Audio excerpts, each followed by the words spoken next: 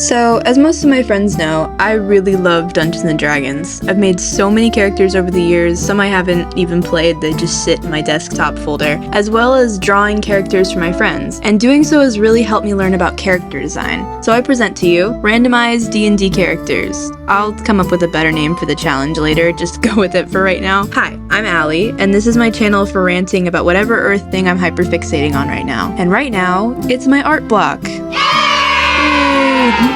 I saw some people doing something similar to this on TikTok, and I've been very into Lavender Tone's video style recently, so that's what we're doing today. I've been posting these on TikTok and Instagram as well. If you want to go hang out with me over there too, that would rock. Anyway, so I've created 3 wheels, one for race, one for class, and one for the vibe we're going for. I put a bunch of random aesthetics and themes on the vibe wheel, literally just anything I could think of. If you have any more that you think would be cool, I'll add them. Just comment them down below so I can see them.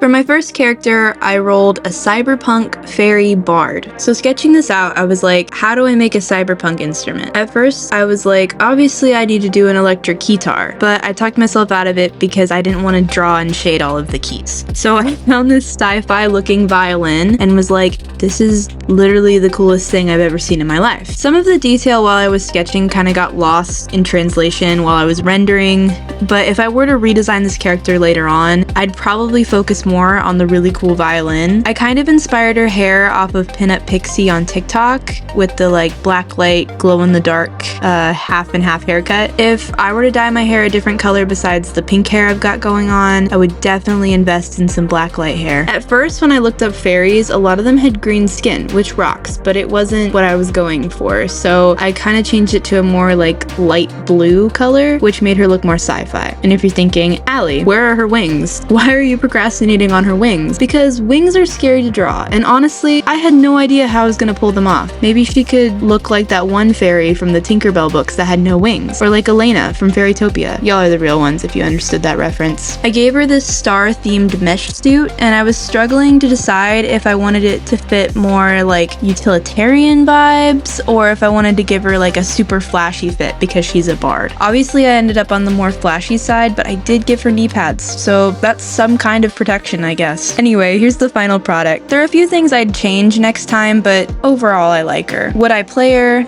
I like playing bards, but I've always been like a rogue or a fighter person, so probably not.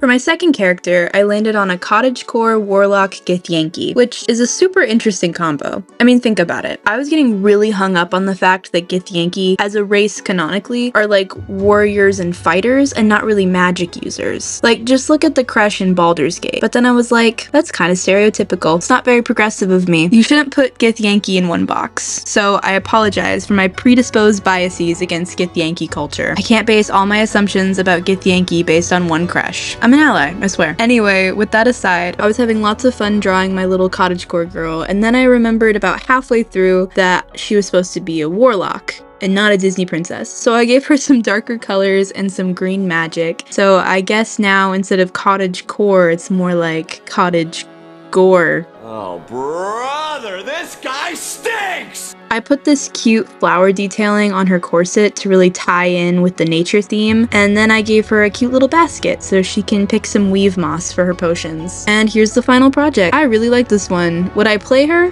Yeah, probably. I'm not the most experienced when it comes to playing magic users in D&D, as I get like really confused by the spell slots, but I'm sure if I could come up with a cool backstory for her, I would definitely play her, and maybe have the DM help me figure out how spell slots work.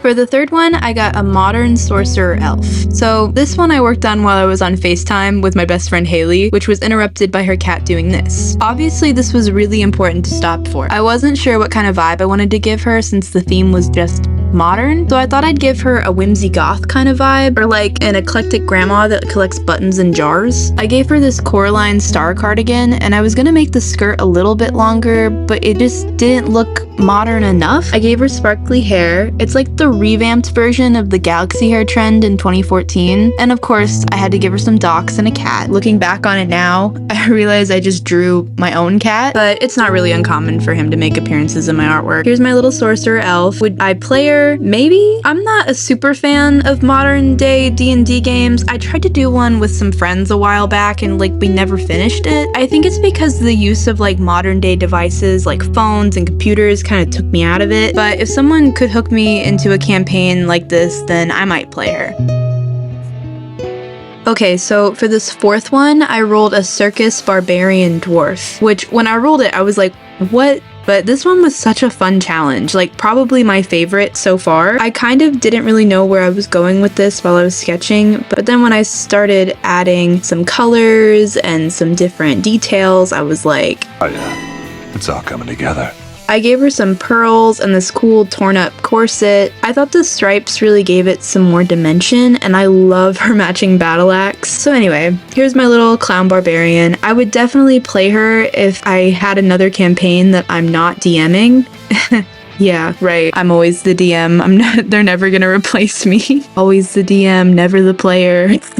But I feel like she would have like a really thick Brooklyn accent and call her enemies like Cupcake or something, and I can't do a Brooklyn accent, so please don't ask. Hi guys, thank you for watching. I had so much fun with this challenge and will definitely be doing it again. If you love these characters and want to use them for your next campaign, I have the full character pack on my Etsy, which includes the character sheet, the artwork file, and maybe some bonus artwork. I have a lot of other characters listed on there as well, or I'm hoping to get them up and running soon. I'm kind of procrastinating a little bit, and my commissions are open for custom characters. Eventually, I think I want to expand it and include some D&D homebrew packs and some other artwork files as well. Anyway, thank you so much for supporting me, and I'm so happy you're here. Here's a star sticker. I hope you have a really good week, and I'll see you if and when I make another video.